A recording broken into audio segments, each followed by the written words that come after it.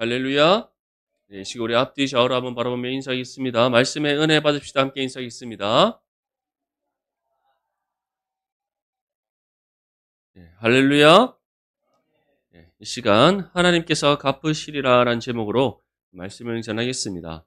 예수님 당시 유대인들은 율법의 계명을 바르게 준수하지 않았습니다. 즉 하나님께서 모세를 통해 주신 율법을 그들이 지켰던 것이 아니라 그들의 조상들, 특별히 율법 교사인 랍비들이 만들어 놓은 율법의 해석들을 지켰습니다. 그런데 이러한 율법의 해석이 정말 하나님의 말씀의 계명을 바르게 해석한 것인가? 그 해석을 통해서 유대인들의 삶에 바르게 적용된 율법의 해석이었는가? 사실은 그렇지 않습니다. 율법의 해석과 적용이 정말 하나님의 말씀의 뜻을 따라 바르게 된 것이 아니라 그 시대적인 상황에 따라서 또는 기득권을 가진 종교 지도자들이나 권력자들에 위한 율법의 해석과 적용이었던 겁니다.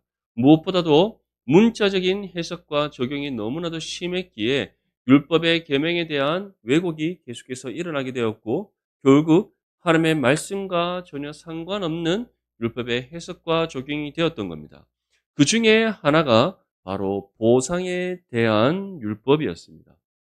이 보상에 대해서 그들은 어떻게 적용했습니까? 완전히 문자적으로 적용했던 겁니다. 내가 받은 만큼 되갚아 주는 것. 그것이 바로 보상이다라고 그들이 생각했던 겁니다. 하지만 하나님께서 모세를 통해 주셨던 이 보상에 대한 율법의 참 의미는 무엇입니까? 바로 상대방에게 해를 입히지 말라. 악을 행하지 말라는 겁니다. 율법의 첫 번째 계명은 우리는 악하기 때문에 하나님 앞에 죄인 된 존재이기에 우리는 죄를 행하고 또 죄의 길을 따라 나아가는 것을 즐겨 한다는 겁니다. 그래서 그러한 우리의 죄악됨을 깨달아서 하나님 앞에 죄를 짓지 않도록 하나님께서 바로 주신 계명이 율법이었던 겁니다. 그래서 율법의 첫 번째 계명은 죄를 억제하는 것이었습니다. 그리고 죄에 대해서 깨닫게 하는 것. 그것이 바로 율법의 또 두 번째 기능이었습니다. 그런데 지금 유대인들은 그런 율법의 기능을 제대로 알고서 그 율법에 대한 해석과 적용을 하여 살아가고 있었습니까? 그렇지 않았던 겁니다. 자신의 입맛대로 또는 자신들이 생각하는 경건의 모양을 따라서 이 율법을 해석하고 적용했기 때문에 율법의 계명과 가르침에 대한 왜곡이 일어났던 겁니다. 이러한 부분에 있어서 예수님께서는 이 보상에 대한 율법을 말씀하시면서 다음과 같이 우리에게 전합니다. 악한 자를 대적하지 말라. 이 보상에 대한 율법을 한 문장으로 요약하면서 악한 자를 대적하지 말라라는 이 말씀으로 대신하셨습니다. 그것이 무엇을 의미합니까? 하나님께서 이 율법을 주신 이유는 너희가 받은 만큼 되돌려 주도록 하시기 위한 것이 아니라 바로 우리가 상대방에게 해를 입히지 않도록 하기 위해 또는 우리가 누군가로부터 해를 당하였다 할지라도 똑같이 폭력을 폭력으로 부당함을 부당함으로 갚는 것이 아니라 주님 하나님께서 우리를 사랑하신 그 사랑으로 우리가 갚아주는 것. 그것이 바로 보상에 대한 참 의미이기 때문에 악한 자를 대적하지 말라라고 말씀하셨던 겁니다. 그래서 부당한 폭력과 빼앗김과 요구를 당하더라도 같은 방법으로 대항하지 말라는 겁니다. 오히려 그리스도의 사랑으로 사랑하고 용서하며 기도하라 우리에게 말씀하셨습니다. 사랑하는 성도 여러분, 이처럼 우리는 세상에서 억울한 일 당할 수 있고 부당한 일을 겪을 수 있습니다.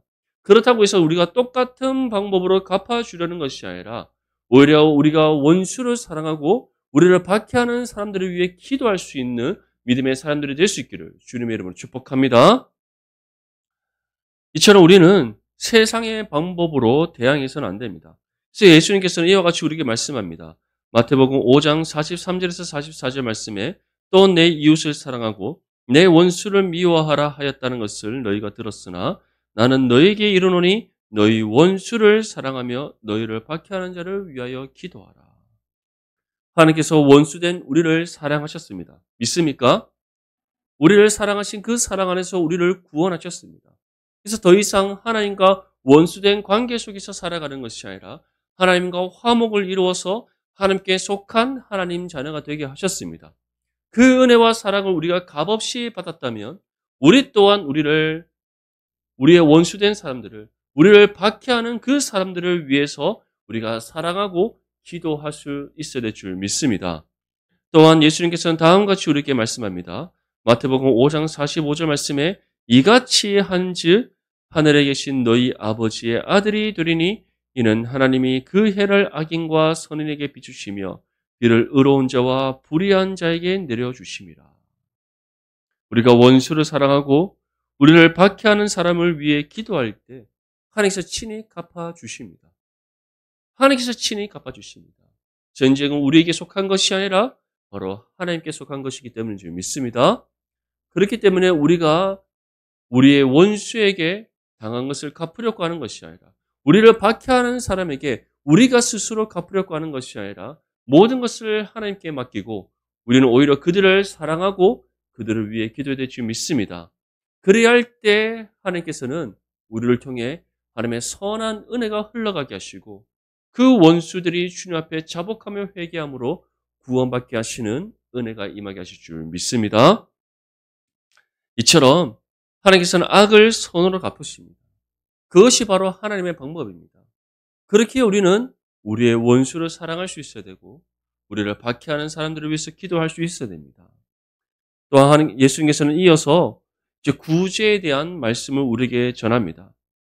이 구제에 대해서 우리에게 말씀을 전하시는 이유가 있습니다. 하나님께서는 악을 선으로 갚으시는 분이신데 이 선을 행함에 있어서 가장 대표적인 것이 바로 구제이기 때문입니다. 그런데 이러한 구제를 행함에 있어서 가장 중요한 부분이 있습니다. 그것이 무엇입니까? 우리의 의를 나타내기 위한 구제가 되어서는 안 된다는 겁니다. 우리의 의를 나타내기 위한 구제가 되어서는 안 된다. 이 구제를 나의 나됨을 자랑하기 위한 도구로 전락해서는 안 된다는 겁니다. 스스로 높임과 인정받기 위해서 우리가 구제하는 것, 그것은 하나님의 영광을 가리는 일이기 때문에 결코 그러한 우리의 의를 나타내고 남들로부터 인정받기 위한 구제가 되어서는 안 됨을 분명히 주님께서 우리에게 말씀합니다. 그래서 본문 1절 말씀에 우리에게 다음과 같이 전합니다. 우리 함께 읽겠습니다. 시작. 사람에게 보이려고 그들 앞에서 너의 의를 행하지 않도록 주의하라. 그리하지 아니하면 하늘에 계신 너희 아버지께 상을 받지 못하느니라. 아멘. 사랑하는 성도 여러분, 칭찬받기를 싫어하시는 분이 계십니까? 아무도 없을 겁니다. 예전에 베스트셀러였던 책 중에 하나가 칭찬은 고래도 춤추게 한다는 제목이 있습니다. 이처럼 칭찬을 싫어하는 사람은 없습니다. 그런데 칭찬이 우리의 삶의 목적이 되어버리면 어떻게 되겠습니까? 칭찬이 목적이 되어버리면 누구나 교만함에 빠지게 된다는 사실을 기억할 수 있기를 바랍니다. 우리의 모든 사람은 악합니다. 하나님 자녀된 우리에게도 여전히 죄악된 본성이 있습니다. 그 죄악된 본성 중에 하나가 무엇입니까? 교만입니다. 교만은 모든 죄의 근본이다라고 할 수 있습니다. 그래서 초대교회의 수도사였던 에바그리우스는 이 교만을 가리켜 모든 악과 죄의 근본이다. 그래서 모든 죄는 교만에서부터 시작됩니다. 교만이 시기와 질투를 낳고 시기와 질투가 분노를 낳고 분노가 나태를 낳고 나태가 탐욕을 낳고 탐욕이 탐식을 낳고 탐식이 정욕을 낳고 정욕이 허영을 낳는다. 그렇게 단계적으로 우리의 죄에 대해서 정의를 내렸습니다. 이 모든 것을 통해서 우리가 무엇을 할 수 있습니까? 결국 이 우리의 모든 죄악된 본성과 모든 죄가 교만에서부터 시작됨을 우리가 알 수 있는 겁니다. 아담과 하와가 선악과를 먹은 이유가 무엇입니까?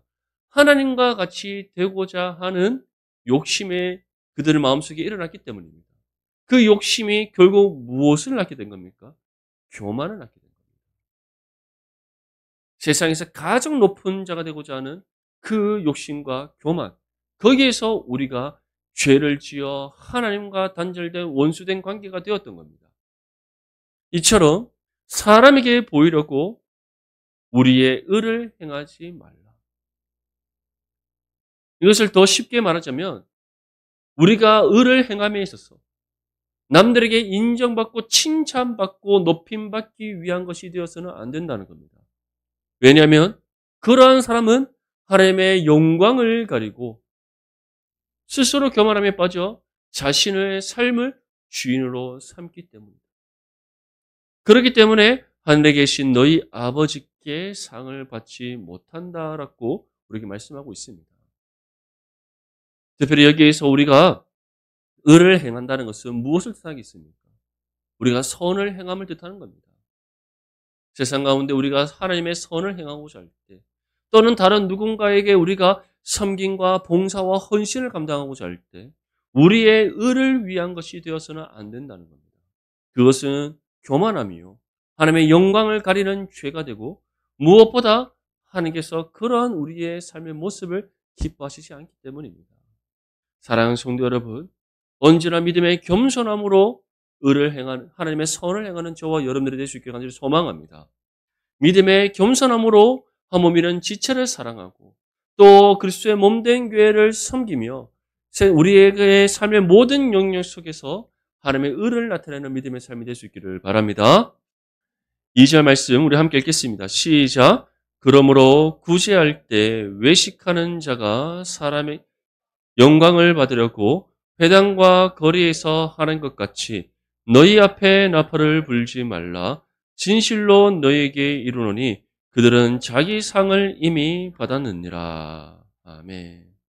이처럼 자신의 의를 나타내기 위해서 누군가로부터 인정받고 칭찬받기 위해서 구제하는 사람, 하나님의 선을 행하고자 하는 사람, 사실 그것은 하나님의 선이라고 말할 수도 없습니다.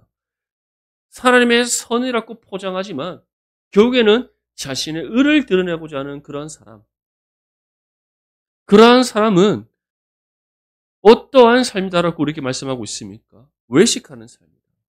하나님과 아무런 상관이 없는 삶임을 우리에게 분명히 말씀하고 있습니다. 이러한 삶은 교만의 죄이기 때문에, 교만의 죄를 행하는 삶이기 때문에 하나님으로부터 책망받는 삶이요, 하나님의 영광을 가리고 스스로 죄를 향해 나아가는 죄악된 삶입니다. 그런데 이러한 사람들이 지금 어떻게 착각하며 살아가고 있는 것입니까? 자, 사람에게서 영광을 받으려고 회당과 거리에서 구제를 행한다.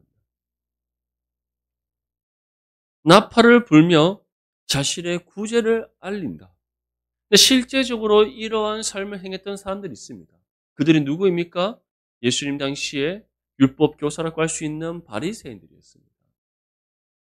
바리새인들은 사람들에게서 영광을 받기 위해서 회당과 거리, 다시 말해 사람들이 가장 많이 모이고 왕래가 잦은 이 회당과 거리에서 구제를 행했습니다. 그리고 구제를 할 때는 자신들이 그 가난하고 어려운 사람들에게 구제를 행한다는 것을 알리기 위하여 동네 여러 많은 곳에서 나팔을 불렀습니다. 지금도 마찬가지입니다. 지금도 특별히 예루살렘에 가면은 유대인의 전통 유대인의 그 거리와 또 그 사람들이 모여 사는 곳이 있습니다. 그곳에서는 유대인들이 여전히 전통 유대인들이 구제를 행합니다. 특별히 그들이 안식일을 맞이하기 이전에 오늘날로 따지면 금요일 오후 5시가 되면은 온 동네를 돌아다니면서 전통 유대인들, 특별히 율법 교사라고 할 수 있는 랍비들이 나팔을 붑니다. 나팔을 불면 일제히 모든 상가의 상점들이 문을 닫고 이 시에 가난하고 어려운 사람들이 안식일을 지킬 수 있도록 사람들이 내놓은 그러한 음식들과 물건을 가져갈 수 있도록 합니다. 이러한 전통이 언제부터 있었던 겁니까? 2000년 전인 예수님의 시대 때부터 이미 있었다는 겁니다. 이들이 이와 같이 다 행하는 이유가 무엇입니까? 이러한 구제의 섬김에 있어서 이 바리새인들이 대표성을 갖는다는 것을 알리기 위함이고, 이 모든 것을 통하여서 자신들이 영광을 받기 위함이었다는 겁니다. 한번 생각해 보십시오. 하나님께서 구제에 대한 계명을 주셨을 때 이것이 자기의 영광과 자기의 의로 삼기 위해서 주셨겠습니까? 우리의 영광과 우리의 의가 되도록 하시기 위해, 다른 누군가로부터 인정받고 높임받도록 하기 위해, 칭찬받도록 하시기 위해 이 구제에 대한 계명을 주셨겠습니까? 그렇지 않습니다.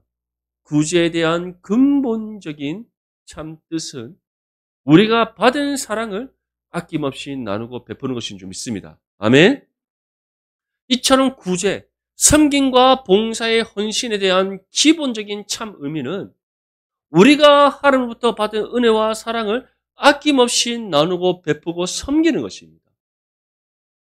그것이 바로 구제에 대한 참 의미입니다. 그런데 바리새인들은 어떻습니까? 구제를 행한 만큼 그들이 보상을 받고자 합니다. 구제를 행한 만큼 인정받고자 합니다. 구제를 행한 만큼 의롭다 사람들로부터 칭찬받기를 원한다는 겁니다. 그래서 이러한 부분들을 더욱더 알리고 인정받고 칭찬받고 자신의 의를 나타내기 위해서 사람들이 많이 다니고 누구나 다 볼 수 있는 회당과 거리에서 구제를 행했고 또 이 구제를 행할 때에는 모든 사람들이 알 수 있도록 나팔을 불렀다는 겁니다. 근데 예수님께서는 무엇이라고 말씀합니까? 이러한 것은 외식하는 것이다. 하나님의 영광을 가리는 것이요 죄악된 것이다. 그리고 이들은 이미 사람들로부터 자기 상을 다 받았기 때문에 누구로부터 상을 받지 못한다? 하나님 아버지로부터 상을 받지 못한다. 사랑하는 성도 여러분, 이처럼 우리의 모든 섬김과 봉사와 헌신, 그것이 교회 안에서든 교회 밖에서든 우리의 삶의 모든 영역 속에서 우리가 행하는 하나님의 선과 하나님의 의와 그리스도의 사랑의 섬김과 봉사와 헌신은 오직 하나님의 영광을 위한 것이 될 줄 믿습니다. 오직 하나님의 영광을 위한 것이 될 때에 사람들로부터 우리가 인정받고 칭찬받는 것을 넘어 하나님께서 우리를 착하고 충성된 종이라 칭찬하실 줄 믿습니다. 그것이 바로 우리가 하나님으로부터 받아야 될 은혜의 상인 것입니다. 한번 생각해 보십시오. 하나님께서 우리를 사랑하실 때 거저 값없이 사랑해 주셨습니다. 사랑받을 만한 자격 없는 우리에게 주신 하나님의 사랑입니다. 구원받을 자격 없는 우리에게 은혜의 선물로 주신 구원입니다. 근데 하나님께서는 우리를 사랑하시되 영원전부터 영원토록 사랑하신다 말씀하셨습니다. 또 우리를 향한 그 사랑을 아낌없이 베풀어 주십니다. 필요한 모든 것을 공급해 주시는 하나님이십니다. 그 은혜를 우리가 생각해 보면 그 은혜가 어떤 것입니까? 우리를 향한 하나님의 그 구제의 은혜와 사랑인 것입니다. 이 모든 것을 우리가 거저 값없이 받았다면 우리 또한 아낌없이 나누고 베푸고 섬기게 될 줄 믿습니다. 어떠한 보상을 기대하는 것이 아니라 어떠한 상을 기대하는 것이 아니라 어떠한 칭찬과 인정을 기대하는 것이 아니라 그것을 목적으로 삼는 것이 아니라 오직 하나님의 영광을 위해 또 하나님께서 값없이 받았기에 우리도 값없이 거저 베푸는 것이 마땅한 줄 믿는 믿음 가운데 우리가 어렵고 힘든 연약한 성도들을 또는 우리의 이웃을 위하여 섬김과 봉사와 헌신의 삶을 살아가게 될 줄 믿습니다. 마태복음 5장 16절 말씀에는 우리가 다음과 같이 말씀합니다. 이같이 너희 빛이 사람 앞에 비치게 하여 그들로 너희 착한 행실을 보고 하늘에 계신 너희 아버지께 영광을 돌리게 하라. 이처럼 우리가 누군가로부터 인정받기 위해 우리의 의를 나타내기 위해서 우리가 섬김과 봉사와 헌신을 감당하는 것이 아니라 정말 오직 하나님의 영광을 위하여 우리가 받은 은혜와 사랑 가운데 우리가 사랑하고 섬기고 봉사하고 헌신함으로 하나님의 선과 의를 행할 때 그러한 우리의 삶을 통해 어떠한 역사가 일어난다는 겁니까? 하나님의 영광의 빛이 세상 가운데 비치게 하신다. 그러한 우리의 착한 행실, 하나님의 선과 의를 행하는 우리의 삶을 통하여 세상에 속한 많은 사람들이 하늘에 계신 하나님 아버지께 영광을 돌리게 하십니다. 이것이 바로 우리가 구제를 행해야 될 근본적인 목적이라는 사실을 믿을 수 있기를 간절히 소망합니다. 정말 저와 여러분들이 하나님께서 주신 은혜와 사랑 가운데 믿음의 헌신으로 우리가 하나님의 선과 의를 행하고 아낌없이 우리가 받은 은혜와 사랑으로 서로 사랑하고 섬기고 봉사하고 헌신할 때 그런 우리의 삶이 하나님의 선한 은혜의 통로로 쓰임받는 삶이 될 줄 믿습니다. 하나님의 영광을 나타내는 삶이 될 줄 믿습니다.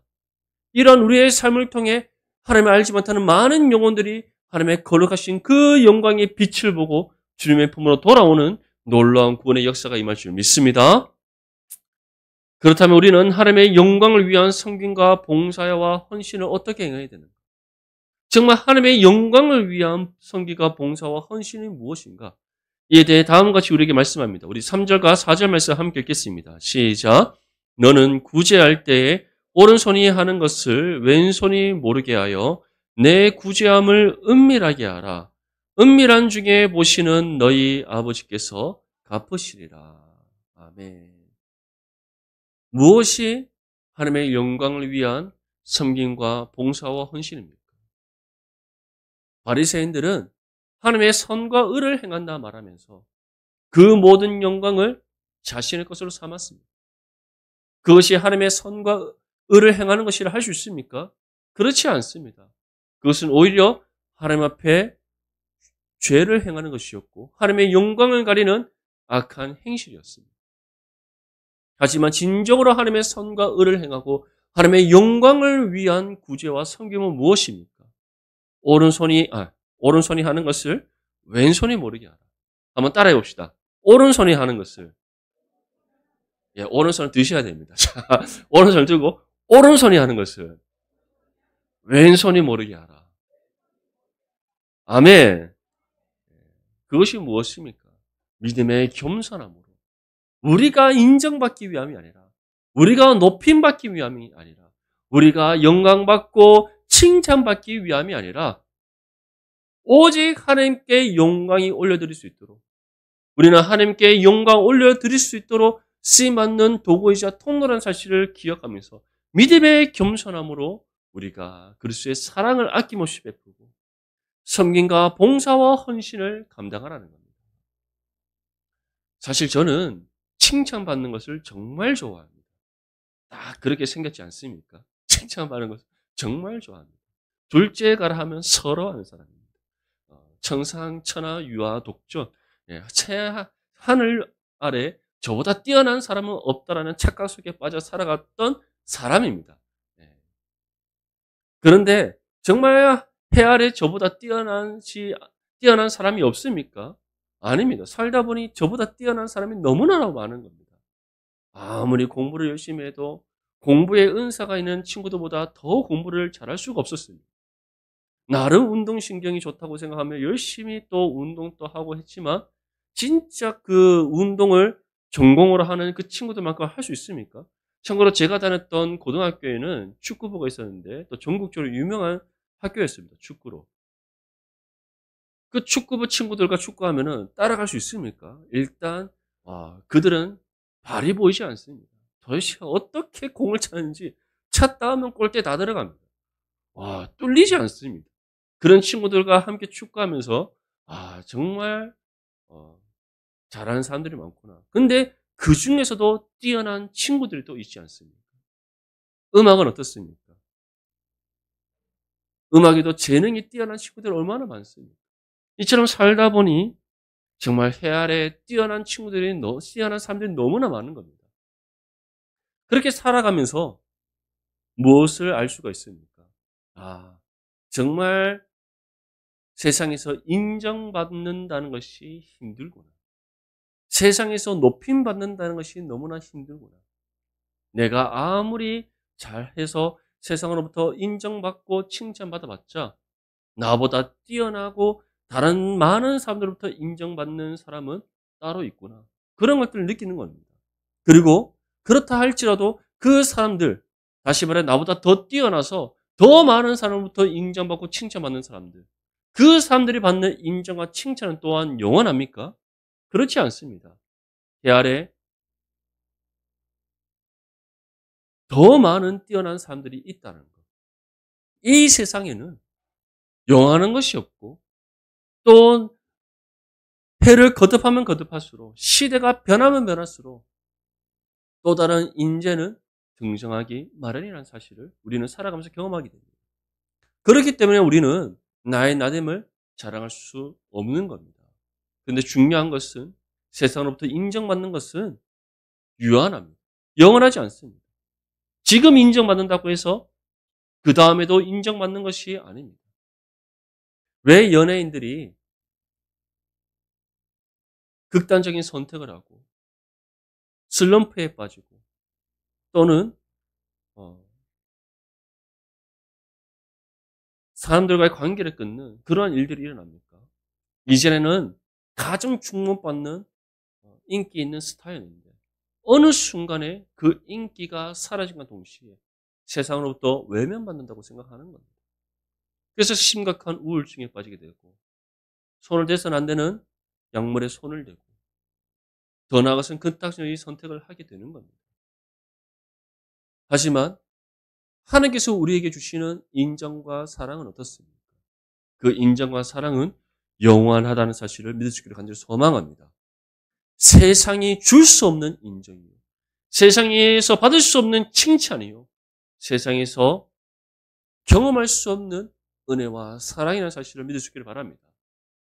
그 은혜와 사랑과 인정과 칭찬을 영원토록 주시는 하나님이시고 또한 무엇보다 값없이 베풀어 주신 하나님이십니다.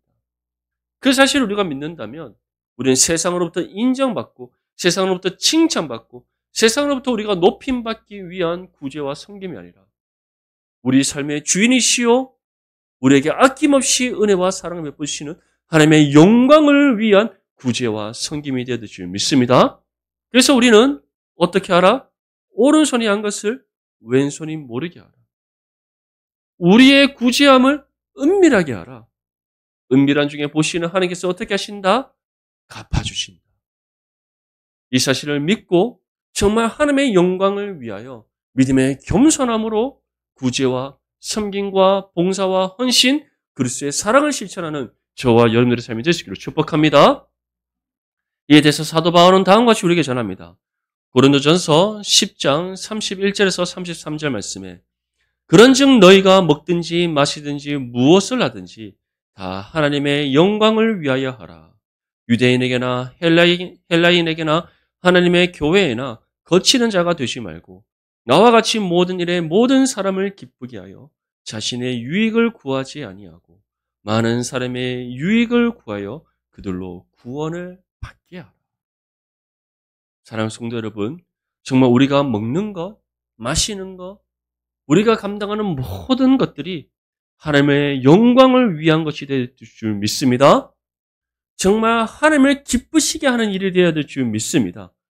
정말 우리의 유익을 구하는 것이 아니라 많은 사람의 유익을 구하고 그들이 이 유익을 얻음으로써 하나님께로 돌아오는 구원의 역사가 일어날 수 있도록 오직 하나님의 영광을 위한 살게 될 줄 믿습니다. 이 사실을 기억하면서 먼저는 우리가 정말 하나님의 영광이 아니라 우리의 유익을 위하여 쫓아 살아왔던 또는 우리의 유익을 위해 행했던 그 모든 것들 주님 앞에 다 내려놓을 수 있기를 바랍니다. 이제부터는 정말 모든 것이 하나님의 영광을 위한 것이 될 수 있도록 정말 하나님의 영광을 나타내는 것이 될 수 있도록 그리스도의 그 사랑 안에서 섬김과 봉사와 헌신을 감당하는 저와 여러분들이 될 수 있기를 바랍니다. 이를 통해 먼저는 온전히 하나님께 영광을 올려드리고 또 주님으로부터 착하고 충성된 주는 칭찬받는 저와 여러분들의 삶이 될 수 있기를 주님의 이름으로 축복합니다.